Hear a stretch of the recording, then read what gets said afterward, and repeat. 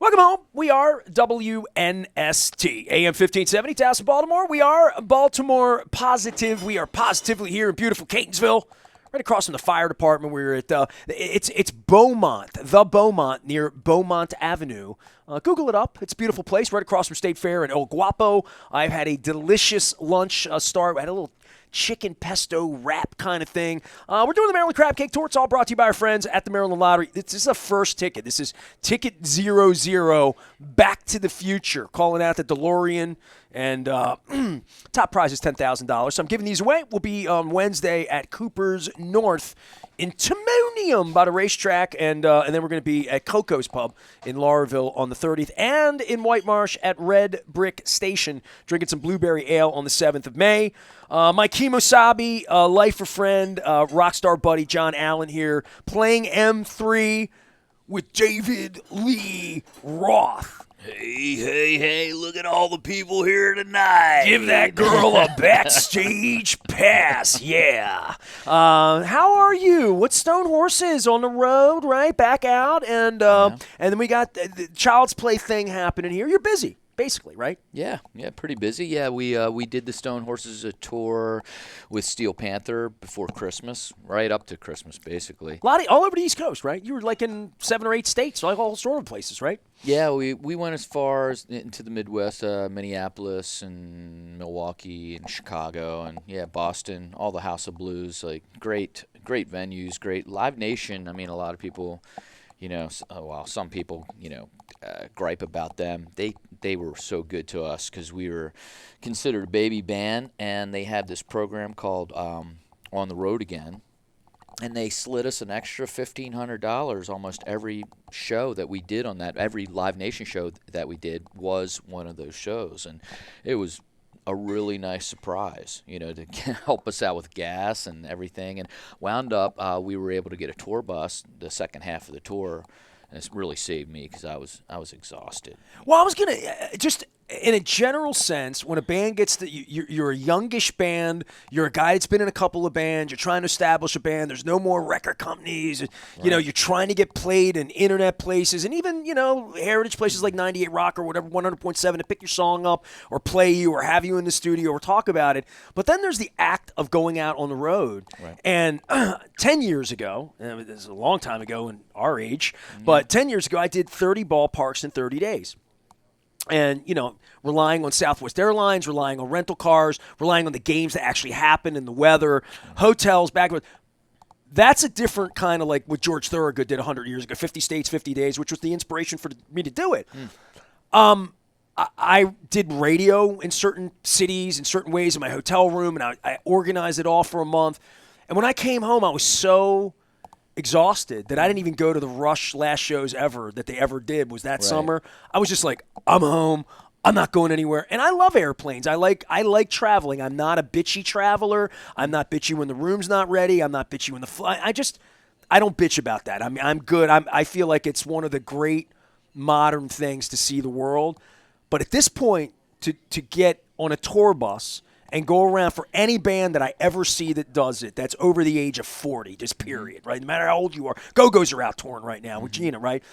But you get 6, 8, 10, 12 shows in, and it's December, and you haven't done it in a while, in your case, right? You're leading the band, you're playing clubs. I can't imagine just the voice and the physical part of being out on the road once you get to show 6, 8, 10. Do you get groovy, or do you get fatigued at this point? I started to get fatigued, honestly. I mean, it was, it's all about sleep, and it's all about being quiet, and I'm a talker like you, so. And people want to talk to you after the show.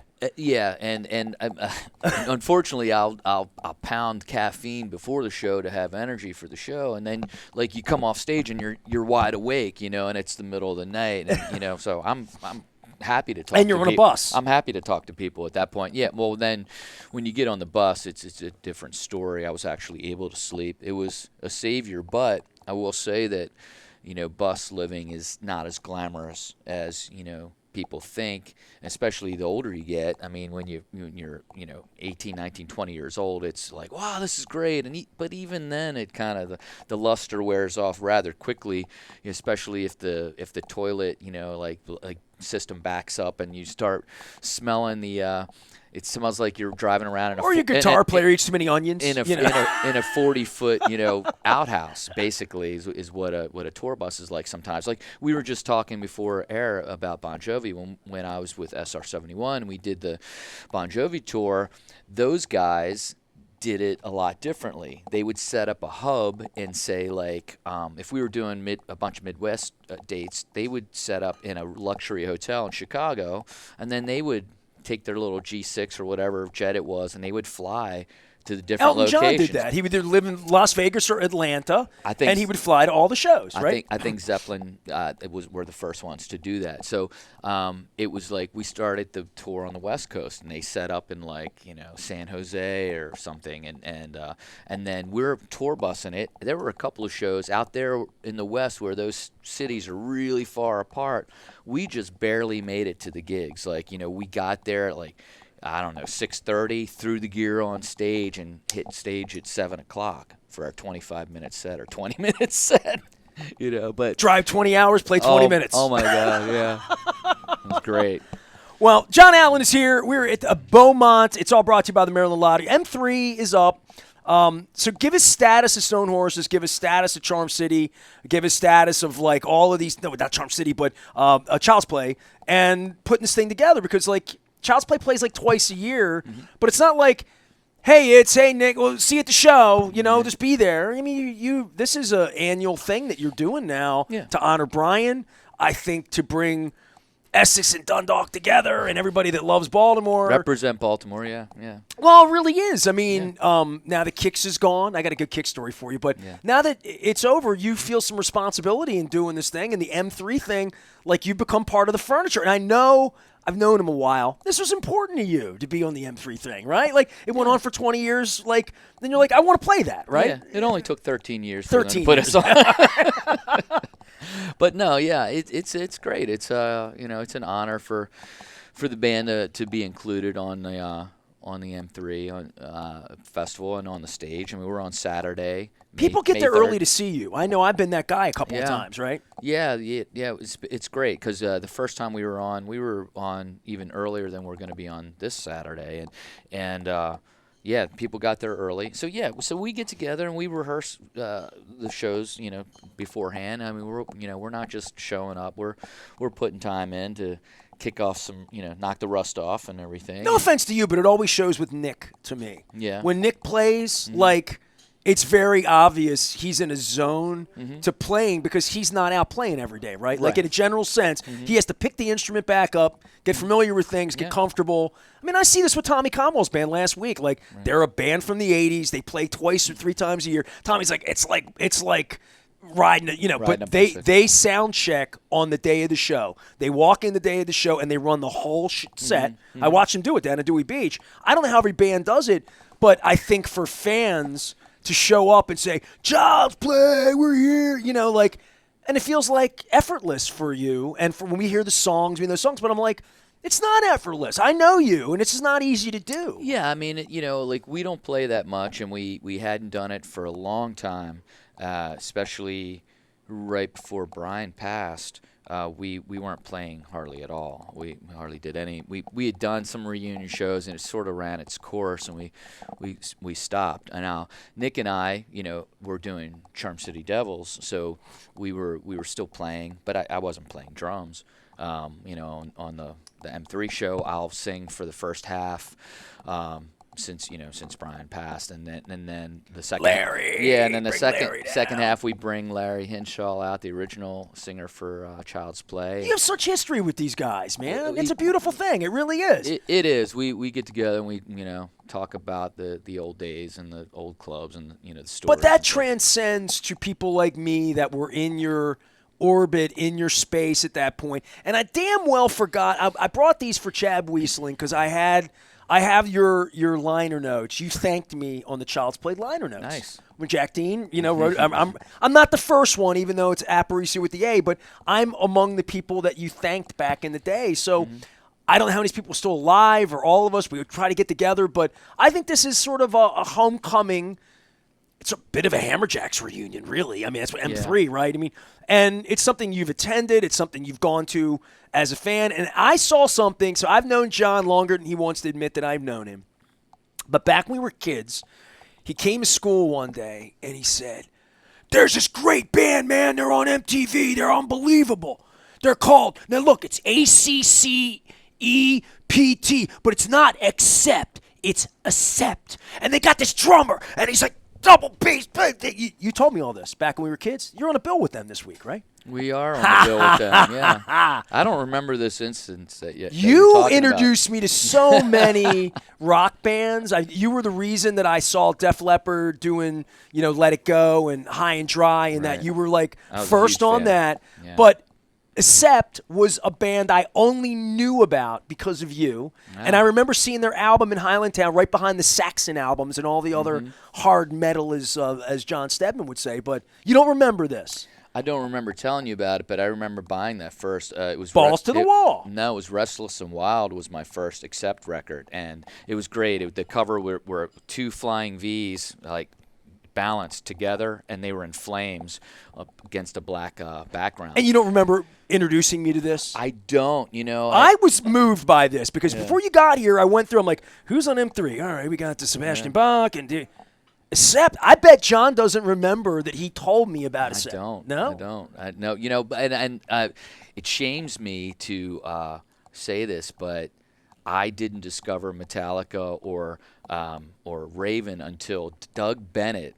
There you go. Doug introduced everybody to music. He was in our homeroom, and he brought in the cassettes, and he said, "Here, check this out," and he handed me the Metallica cassette and the Raven because he saw your hair and he knew. I don't know what it was. That's so beautiful that you mentioned Doug Bennett. You just dropped it. Doug was one of my best friends. I think of him all the time because he was such a music head. Yeah. Every time I hear Depeche Mode, every time I hear The Cure, those bands that were. But he was also, his family. He helped me develop my musical taste as a friend for all of our childhood because he did the same thing for me that he did for you. Did he grow up in Colgate? He grew up in Berkshire. Okay. Eastwood, Colgate, Berkshire. You got to be East Side to know. But he was a guy. He was my roommate for a while, but I have so many moments with him where he walked in the door with the album of Def Leppard, not the one that took him 5 years to get when the drummer lost his arm. Was the album Hysteria? Hysteria, thank you. He brought Hysteria in, and I remember him putting it on an album. We were roommates at the time. He's like, "Listen to this, Mutt Lange. Every song on this album's going to be a hit. Every song." And I think "Women" was the first release, maybe was the first single, or maybe. And I'm like, I don't hear it, Doug. I don't. This might kill their career. It took them 5 years. Their drummer's got one arm. What do I know, right? What do I know, well, right? It didn't. If I didn't know this, but like going back and watching documentaries, it didn't really start to take off until they released Pour Some Sugar on Me, right? And it was probably 8 or 9. I mean, that may have been third single or something like that. I think it was second, but still, I mean, they went deep on that record. There were a lot of singles on that album, man. Almost every song on that record was a single. But he said it the first time he laid the needle on the album. And 40 years later, I'm still like, the fact that you mentioned him, he should have worked in the music business, man. That would have been his place, Yeah. But he handed you Metallica on cassette for the first time. Yep. Yeah. How'd that change your life? Not well. So I'm really bad at predicting the future, and whatever. I came from a real Deep Purple. I like Def Leppard, like you said. I guess more commercial at that time. And I remember you were Priest, is what you were, right? Priest as well. I really liked the Four Horsemen, and there were 2 songs back to back. It was Four Horsemen and another, and those were my favorite tracks off the record. But a lot of it I thought was too heavy, and I actually gravitated more towards the Raven record. Never buy stock tips, according to me. I was telling a story the other day. Same thing with Guns N' Roses. So I was in L.A. when that record came out, and it was everywhere, and they were just the huge buzz band in Los Angeles, and it was like, they're going to be huge. I came back to the East Coast, I went to the record store, bought the record, I listened to it, I mean, it came out in August of '87. That album took a while to break. Yeah, and I listened to it, I remember, and I was like, this is really cool, man. Too bad they're not going to be huge.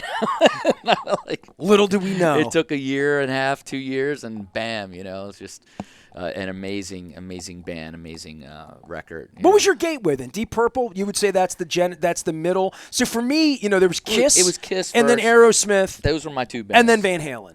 Yeah, And you were yeah. instrumental in the Van Halen thing. You were one of the kids that had tickets to the 80, 81. You went to those shows, and I don't say I didn't get Van Halen. I sort of got it. It was a really hard ticket to go to that show, but I got onto that a little bit more like, have you seen Junior's grades? I wasn't necessarily You Really Got Me, 77, 78. Yeah. I was a little later to that, I think. I think that was more... Yeah, I just wasn't on that early. But I was on something early as a music critic because you mentioned Raven or Metallica, who's going to make it or whatever. I was on Live early, the band Live. Okay. And I saw Tommy Conwell and the Young Rumblers up at the Chameleon Club, which is now the Village in Lancaster, Pennsylvania. And I was in there one time, and I'm looking around, I'm like, I was here one time, and it was like a lifetime ago. And I went to the bathroom, and the place has all of the old flyers mounted to the wall, it's like wallpaper. And I went up, and I'm looking for Live, and there it is, December 29th, 1991. It's the flyer. I took a picture of it while I was there, and I'm like, time and space. And I was with Mark Messina. He's like, did they play here on the way up or on the way down? And I said, they were kind of like there when they played it. They were like this huge band that was playing a Christmas show at home because they were all home for Christmas. And it was like it was like the Poison show at Hammerjacks that was sort of the infamous. They were on a big, big tour and were playing one night in one club because they knew somebody or they did it on the way up. But I think about those bands that make it versus not make it. Do you have any elixir for why that happens or why it happened? Hey man, if I knew, I'd be a millionaire, many times over. No, I don't.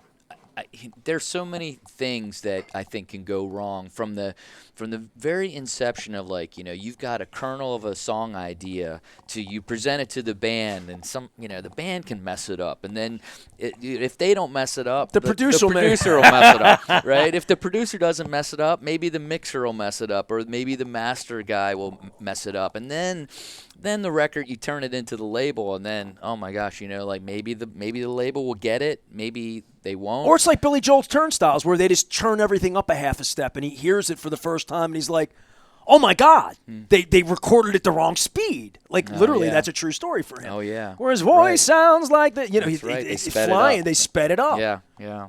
And he found it out in the final master. So, you hear these horror stories about bands getting ripped off and all that, but just the art form of Guns N' Roses having an album that sat there for 8 months before it broke and that might not have broke, and then in the modern era, the American Idol era, and discovering bands and artists and why certain bands. Yeah. But the business has changed. You've seen the business change 3 or 4 times from Chrysalis as a kid to where you are now touring with Live Nation giving you bonus money to stay out on the road and play, right? Right.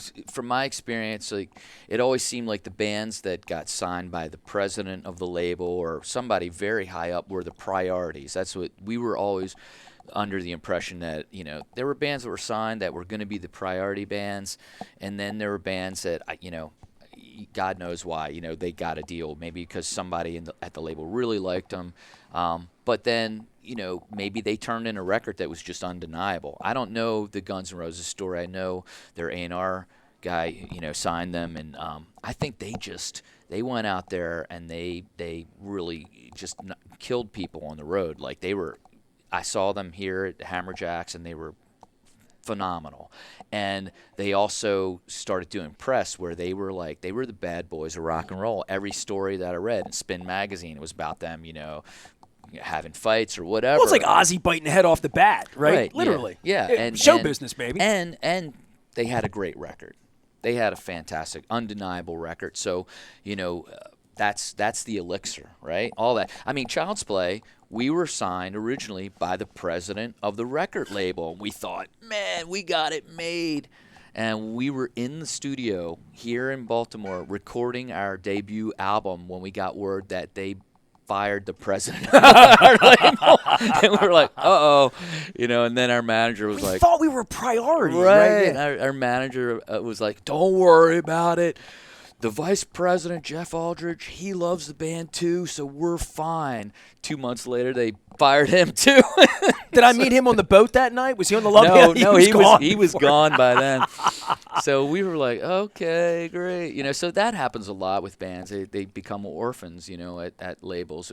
Sometimes it's the president, the vice president. Sometimes it's the guy that signed you, the A&R guy. So it's a miracle that anybody has success in the music business. Well, really, I think about sometimes. Poison with you because they opened for you at the Seagull, right? When they were kids. Well, it was a all ages show. They already had a record deal. We did not. They had their record deal, and they were really smart, man. They came around, they got a Winnebago, and they went across the United States, and they opened for every band that was already kind of making it a little bit. That was doing well in each market. So in Maryland. Boy, that's smart, right? It was really smart. They opened for Kix. They opened for Wrathchild. They opened for us. And it was really smart. And they went out and they had these flyers. We had never seen a band do this before. And it had all their tour dates on it. And in Philly, they opened for Cinderella. And in Boston, they opened for whatever those bands were, probably. Right? And they had their phone number, hotline number on there. And they had a mailing address that you could, write to them. And they had their ish together. And they really did. They went out and That's interesting. I've never talked to you about this because I've often wondered, why did they make it and not you? I mean, they had songs. They had great songs. They had a guitar player that they had some flash. And, Bret Michaels is still Bret Michaels for that. So, I'm not denying them. But they were no different than you at one point, right? Well, all of those bands in the 80s. They went to L.A. That helped, I think, a lot. They said goodbye to Pennsylvania, and they went to Los Angeles. And they were in the thick of it when it happened. If you want to call hair metal started to on its Sunset ascent, Strip, right? Yeah. And and they worked hard, man. I gotta give them kudos. Like that after that first record, they came back with "Ain't Nothing But a Good Time." That song is a smash, right? And when I heard it, I was like, okay, all right, they're a party band. Cheers to you guys, yeah, man. right. I like it. It was respect, But and 40 years later, you still turn it up. Yeah, it's a great tune. Yeah, right. It reminds me of all the stuff that I grew up loving. Like I love Fallen like Angel. Kiss. I like all those songs still when I hear them. I am old enough now that I don't really need to hear. I love Bon Jovi. We were talking about that earlier. You opened for Bon Jovi for a whole tour, but I don't really want to hear Dead and Alive or Living on a Prayer. I'm more about Without Love or Raise Your Hands or the off tracks. To me, all these years later, because I've been in the radio thing, I don't put those. They're not part of my play mix. I just get those when I'm out. I'm going to hear Living on a Prayer today, whether I want to or not. Or You Give Love a Bad Name. But I just think the depth of those catalogs in the 80s, for me, going down and saying I like not the hits as much, and I think that gives depth to the band as much as a hit would all these years later. Well, yeah. We grew up in an era where you listen to a record, you listen to the whole album. Sometimes you put album-oriented rock. Yeah, you dropped a needle on it, and you were like, okay, I get. I love the single. That's why I bought the record, and I don't really get what's going on the rest of it. And you had to you listen to it a few times, and you started to understand where the artist was coming from. You started to get the band, and unfortunately, that doesn't really happen. It's over. Yeah. Well, when I was the music critic during your era, 86 to 92, I told the story earlier in the week because we said, who likes going out and getting mail? I'm like, I love getting mail on Kane Street back in the 80s because all the record companies would send me first albums and then CDs to the door. So I would have – Doug Bennett was living with me. He'd go out and get the boxes. I'd come home. He'd be opening my boxes, spinning stuff. Hey, this sounds good. New Metallica's good or whatever. But I did, at that point in my life, take it so seriously that when the CD would come, even if it's Pretty Boy Floyd, right? Didn't matter it was. Black Crowes were another band. I'll never forget getting that Black Crowes CD, because it was a CD. And I dropped it in, and I heard the first three chords of Twice as Hard. Fantastic. And I'm like, what is this Rod Stewart, Aerosmith, Stonesy thing going on? And then you listen to the whole album, and for me, as the music critic, I would give it 45 minutes. If I got a new piece, I would listen to the new Genesis album, the new Rush album, Hold Your Fire, things I didn't even like, and would just give it that first spin. I don't know that I did that as a kid. Maybe I brought Foreigner 4 home and dropped it down and played it, or Journey, Escape when I was a kid and dropped it on the turntable, or even Rush, like listening to Red Barchetta, listening to the moving pictures. But I didn't listen. In the 80s, it changed me for what all of you were trying to do and saying it's a body of work, listen to it all the way through. And as a music critic for 6 years, I listened to everything. And it was like eating, like that jerk that eats the pizza and takes one bite and throws it away and says it's good or it's bad. I felt that way about the albums. Like I give it one spin through. No, I mean, not against depth of listening to it and before I judge it, but just to get a vibe on it, I would have to listen to the whole thing. I guess my point is I wasn't like track 1, track 3, track 5. No. The whole way through, because that's the way the bands wanted it presented. It was your art. That's how I looked at it. Yeah. I mean, it's definitely a lost art to not be able to do that now for you don't think that way, listener. do you? Like, as a musician, you're trying to put a song out, right? You're trying to drop a single. Well, I see. Stone Horses. I don't always like. What I do is I come up with an idea and I try to make that song as good as it possibly can be, and I'll work it and sometimes maybe overwork it or whatever. But for a couple of weeks, I'll hone that idea, and it's always with the thought that I'm trying to make the song as good as possible. And one of my approaches, and it's probably not the right one, is that I always come from a live background. Like, is this song gonna rock live? Because I'm not making it you're making it to sing it on a stage, right? Yeah, Literally, I mean, right? That's where I come from, and for good or for bad, that's how. You don't think like a studio guy. Yeah, in I that don't way, think right? okay. And maybe I might go back later and change the arrangement to go like, okay, so for radio we got to get to the vocal quicker. Like maybe we can swap something out. But this would be a good song to stretch out on stage. Make it different on stage. Yeah, we don't really stretch out, Okay. But actually, with Stone Horses, we do have the musicianship now that in this band that can do that, and it's really cool. How long has the band been stable for you with the same guys? So this lineup has been together since last summer with my original guitar player coming back into the fold. Okay. We have a phenomenal bass player playing with us right now, Dylan Howes, and Teddy Merrill on guitar. Just like this whiz kid that I met when he was like 16 or 17. He was with School of Rock, and they opened for Charm City Devils at Soundstage, and he had this big head of hair, and I was like, that kid's got something on stage, and and then he wound up filling in for both Nick and then Victor on the last Charm City Devils tour. Like one of them couldn't make the first half, and then the other one couldn't make the second half, so he filled in for each guy. Yeah. So anyway, so those are kind of my approaches to writing songs, and you were talking about listening to a whole record. I'll never forget when I was gifted "Draw the Line." Aerosmith record. 79? I don't Go ahead. Sounds about right? And I didn't know from anything. The first song, the title cut, it's like a drop tune song, open tuning for Joe to do the slide guitar part on it, and it's already kind of got this kind of drunk kind of feel. Well, my record was warped. I didn't realize. So it was really. Did you leave it on the heater? Remember we used to have the. I didn't discover that until I had Mob Rules by Sabbath, and it was also warped. How did Ronnie James Dio sound warped? It was warped. Cool. It was cool. Ronnie James Dio could never sound bad. So no matter warped, not warped, he was fantastic. I accidentally left it on the turntable, which was right underneath my bedroom windows.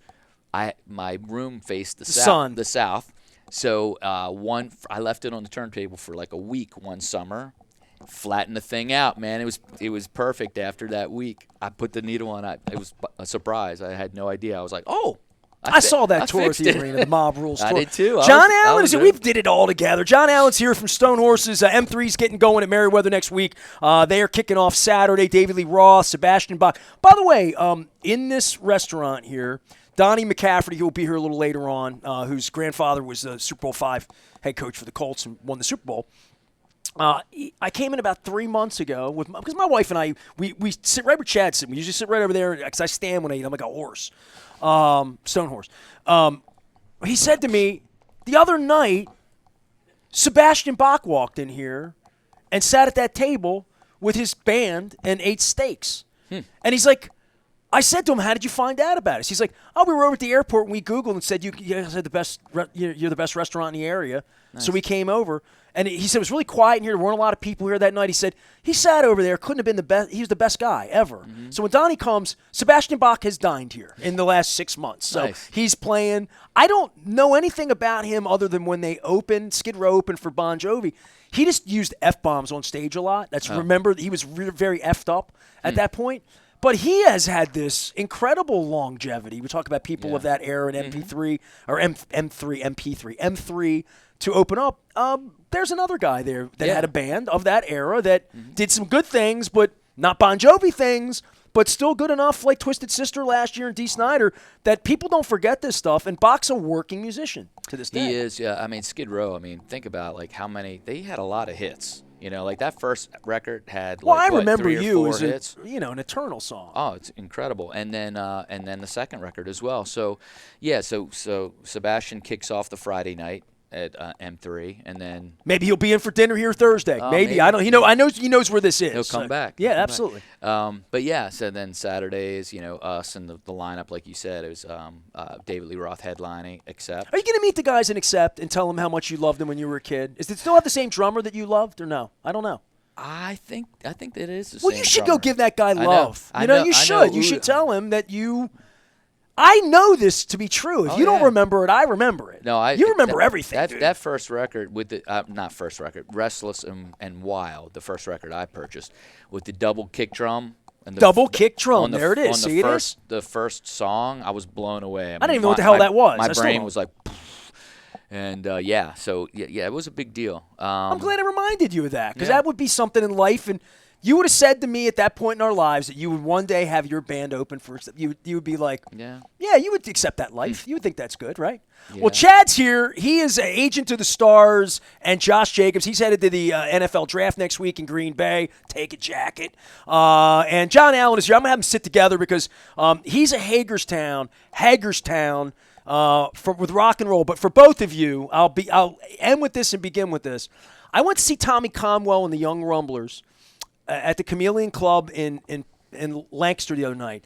And Mark Messina and I were in a back quiet room catching up because we're old farts talking about his brother and pitching and life and all that. And the band's coming on. We're like, all right, let's go out. We go down into the pit, and it was a little bit like a VFW club. It had like a sunken disco thing on the floor and a stage. We go down to the front, and we're there 1 minute, and Tommy comes out with, "Here I come," and we look up, and there's a dude right in front of Tommy. And I have video of this. Wearing a kick shirt. Mm-hmm. All I looked at for 2.5 hours of Tommy playing was this dude in the front with a kick shirt with his arms up. All we saw was kicks and Tommy Conwell all night. So there's a Hagerstown guy over there. There you go. You talked to Whiteman lately? How's he doing? How's his retirement? I haven't talked to him lately. I ain't retired. I watched him. So our last guitar player, Justin Parks, his dad owns a record store up there in Hagerstown, and he does a podcast, and Steve was on it a few weeks ago. What's he doing? Telling stories. He's enjoying his retirement. What's he doing?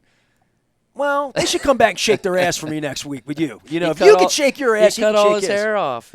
How's he look? Younger. He looks good. Well, I love Steve. I do too, man. Steve, I need you today, man. I've been doing too much talking. I did beer and bots last night. Did you take vocal lessons from him? Me. Do you think that? Yes, of course he taught me that. Why would I do that? Why would I do something so stupid if he didn't teach me that? The old pigeon. Sing down here in the diaphragm. You got to warm up. You got to warm up your voice. I'm warming my voice up. When I sing, you think I just go out there and sing like this? Well, maybe That's not bad. maybe he's doing vocal lessons. I don't know. Dude, I'm hurting. I went into a room. I was talking all night, and then I emceed this thing where like I didn't have any monitor. I'm screaming into the mic, don't realize it, and then I heard my own self this morning on my radio station, and Luke and I were talking about the game last night. I'm like, hey, Luke. I sound like I smoked like a pack or 3 before I went on the air. Mm-hmm. I don't like that. I'm not going to talk over the weekend. I'm going to pretend I'm in a band riding around the Midwest. There you go. Stone Horses. He is John Allen. They are Charm City Devils. They are SR71, and they will be Child's Play. And did I forget a band? Yeah. No. Was there one more? I think you got them all. You were never in Honor Among Thieves. You were never with Nope. Mitch, even though you were with Mitch. Yeah. But that was SR71. Yep. And then there was Charm City Devils. I got that one. Yep. And now it's Stone Horses. Yep. That's it. Sorta. Yeah. You were in Gina Shock's band for 5 minutes, too. Yeah. Go-Go's are doing their thing next month. Yes. We saw her, but both of us have interacted with her. So rock and roll is alive. It's not dead. M3. Why do I keep calling it MP3? Why do I say that? I know better. It's at Merriweather Post Pavilion. That's what it is. MPP M3. We're at Beaumont. We're giving away these Back to the Future $10,000. One day I hope somebody wins more than $100, but I'm going to be doing that next week. We'll be at Cooper's North in Timonium, and then we're going to be on the 30th at Coco's Pub, and then on the 7th in White Marsh at Red Brick Station. We're coming back. Chad Weeksing's going to be here. We're going to do nothing but heavy metal in the next segment. Yes. And then we're going to do NFL draft. And also, former Councilman Quirk is going to be here talking about money and tariffs and Donald Trump. I'll hide my head and my soul. Back for more from Catonsville. We're at the Beaumont. We are Baltimore Positive. Stay with us.